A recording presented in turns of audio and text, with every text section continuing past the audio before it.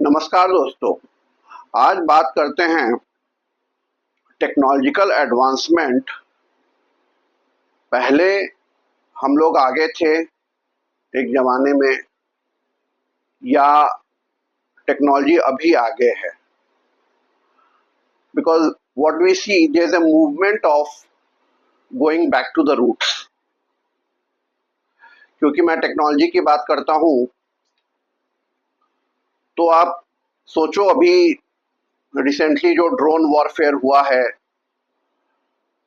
और जो technological advancement दिखा है, आप कल्पना करो राम राज्य और उस युग में जब लड़ाई होती थी और लोग मंत्रास चैंट करके कोई भी वेपन्स इन्वोक कर लेते थे। आपको याद होगा रामायण महाभारत में कैसे लड़ाई होती थी और कोई ब्रह्मास्त्र और कोई मंत्र पढ़ा और ब्रह्मास्त्र आ गया और उसको जाके अपने निशाने पे लग गया। और अभी क्या हो रहा है, कोई सॉफ्टवेयर से या इवन वॉइस इंड्यूस्ड, आप एलेक्सा में या कुछ आप बोलते हो और वो काम हो जाता है। तो there is a correlation between both this things. उस जमाने में भी पुष्पक विमान था और आज तो है ही। वर्टिकल टेक ऑफ और लैंडिंग की बात होती है, वीटीओएल। तो पुष्पक विमान की भी वर्टिकल टेक ऑफ और लैंडिंग होती थी। टेलीपोर्टिंग होता है और आज साइंस में हम टेलीपोर्टिंग की भी बात करते हैं। ये जो इतना 5G 6G इंटरनेट, मोबाइल, ये जो इतने एडवांसमेंट्स हुए हैं, इसके रूट्स हमारे सिविलाइजेशन, हमारे लिगेसी में है। आप एग्रीकल्चर की बात करो तो now we are moving to organic farming. कहते हैं कि कंपेयर टू फर्टिलाइजर्स, पेस्टिसाइड्स, जो काउडंग मैन्योर है, that is more healthier, and now people are moving to organic food। तो पहले भी लोग ऑर्गेनिक ही फूड खाते थे, तो फिर काहे इतना केमिकल प्लांट्स और फर्टिलाइजर प्लांट्स बने, इतना एडवांसमेंट हुआ? if we had to circle back to this older methods, आप आयुर्वेदा ले लो। now during covid, during pandemic, we have seen लोग आयुर्वेदा, योगा पे ज़्यादा मूव हुए कंपेयर टू एलोपैथिक मेडिसिन्स, और वो कारगर भी हुई कुछ हदों में, कुछ क्षेत्र में।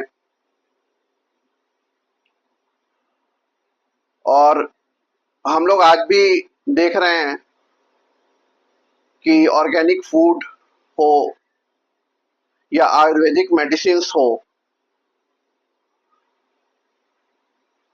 इसका खासकर जेनजी और मिलेनियल्स में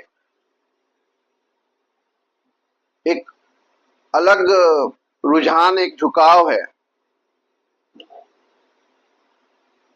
मेंटल हेल्थ की बात होती है तो लोग योगा कर रहे हैं, मेडिटेशन कर रहे हैं,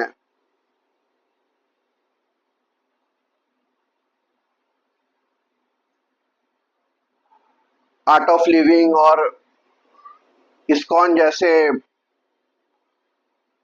संस्थाओं का प्रोलिफरेशन जो हो रहा है, और जो लोग मेडिटेशन और स्ट्रेस रिलीविंग थेरेपी जो ले रहे हैं, so these things are the part of our culture and civilization. So there's a movement of going back to the roots.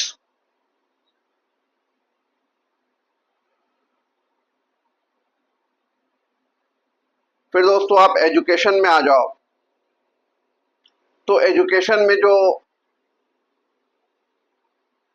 एक गुरु शिष्य की परंपरा थी, एक वोकेशनल ट्रेनिंग होती थी, स्किल बेस्ड ट्रेनिंग होती थी,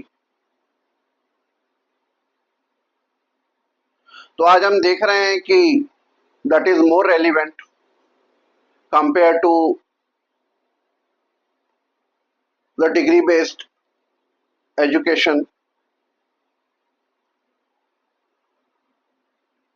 तो दोस्तों हर क्षेत्र में what we are observing that we are moving back to our roots.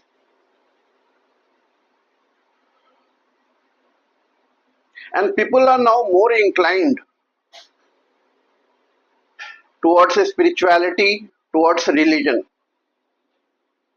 अभी हमने कुंभ मेला में देखा कितने करोड़ों लोग आए और क्या आस्था थी लोगों की. आजकल लोग एस्ट्रोलॉजी पे कितना इंक्लाइंड हैं. पहले कोई विश्वास नहीं करता था, लेकिन आजकल आप देखो जिसको लोग एस्ट्रोलॉजी पे कितना इंक्लाइंड हैं. और बहुत सारी बातें प्रूफ भी हुई हैं. जो हमारे पंचांग में, जो हमारे ग्रंथों में लिखा हुआ है, वो नासा भी प्रूफ करता है. सनराइज और सनसेट का टाइम,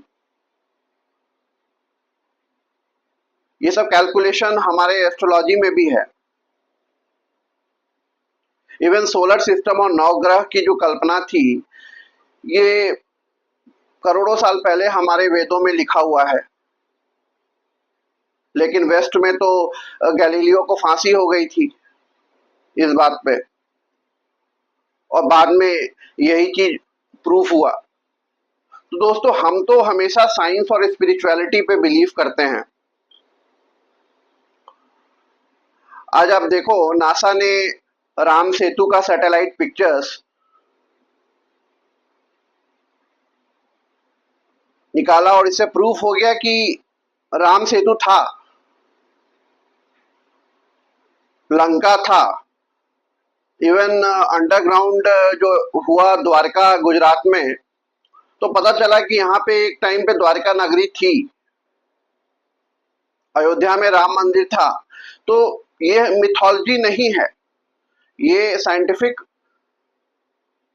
प्रूफ हो गया कि ये फैक्ट्स हैं. These are no longer myth. जो कहते हैं माइथोलॉजी, तो these are proven facts.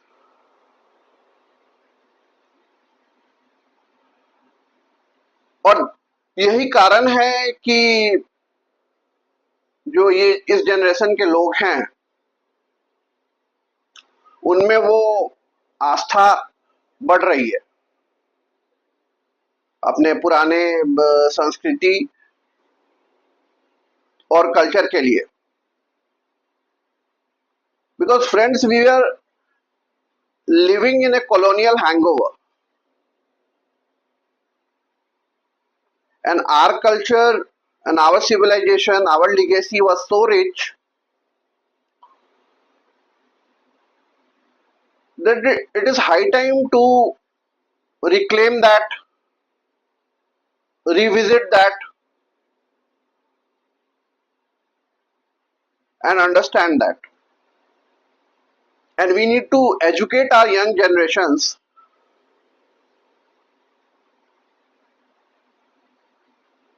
to deep dive into our culture and our traditions. फिर दोस्तों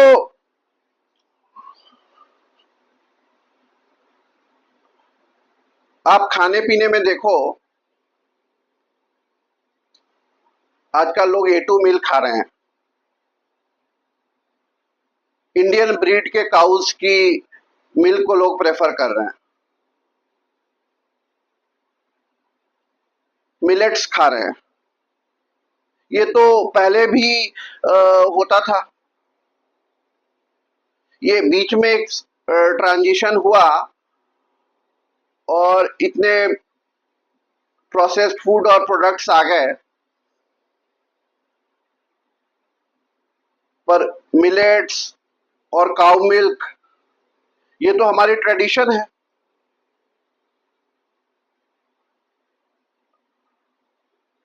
and slowly we are moving towards that. आजकल तो स्टार्टअप्स खुल रहे हैं इस पे, इसको प्रमोट करने के लिए। A2 milk, millets, super foods बोलते हैं इसे।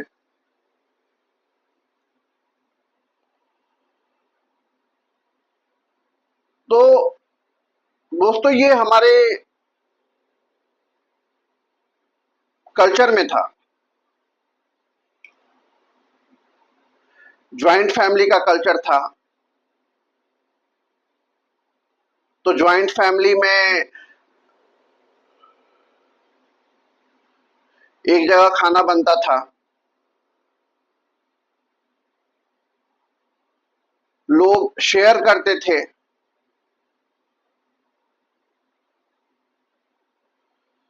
सेविंग्स होती थी। लेकिन आज आप देखो न्यूक्लियर फैमिली में तो क्रेडिट बेस्ड है, एस्पिरेशनल हो गई है जनरेशंस, मॉल कल्चर है, ब्रांड कल्चर है। तो उससे क्या हो रहा है कि लोग लोन्स लेके, इवन क्रेडिट पे अपने एस्पिरेशंस को फुलफिल कर रहे हैं।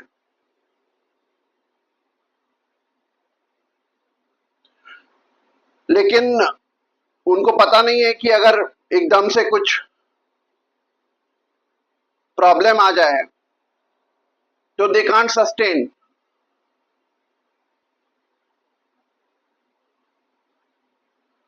So there has been a cultural shift in every respect, and we need to analyze whether we are right now या हम पहले जो कर रहे थे वो ठीक है। आजकल सस्टेनेबिलिटी की बात होती है,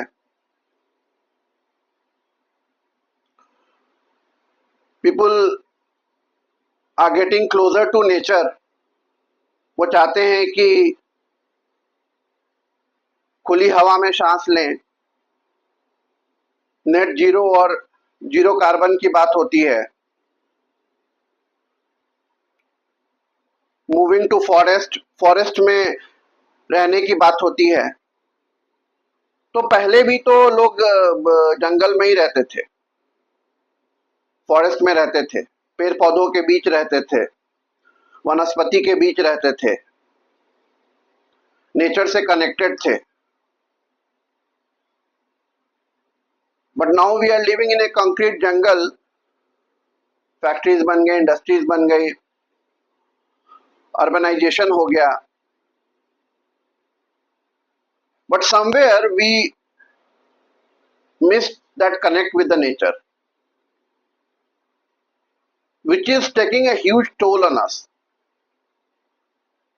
and we are paying back. Because if you are taking from nature, you need to give back.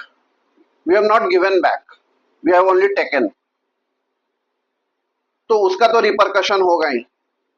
आप देखो ग्लोबल वार्मिंग और क्लाइमेट चेंज और ये सब जो हो रहा है, ये पैंडेमिक और हजार तरह की जो बीमारियां आ रही हैं,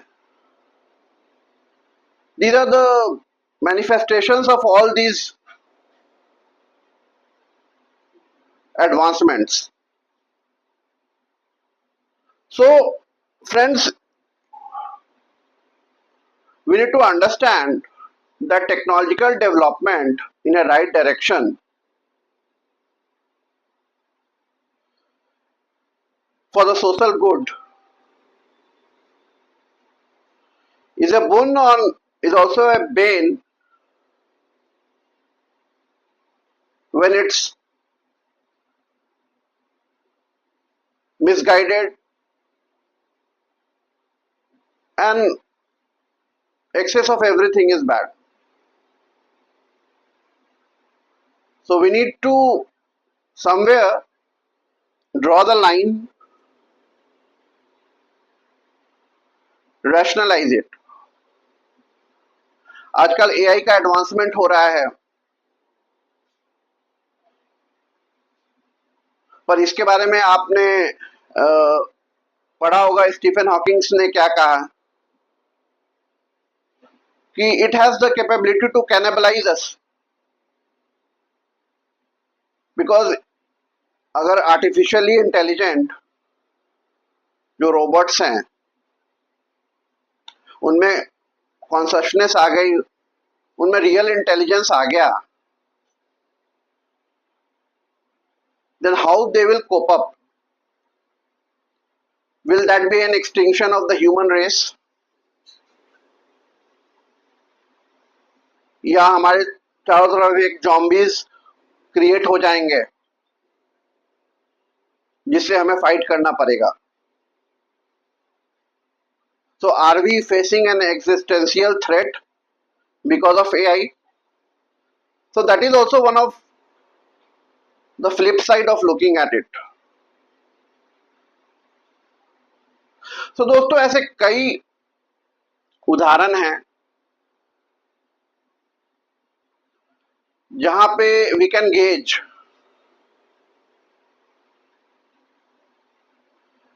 whether technology is moving in the right direction, whether it is actually helping us or it is counterproductive. So friends, please do comment on this sensitive issue, and thanks for watching.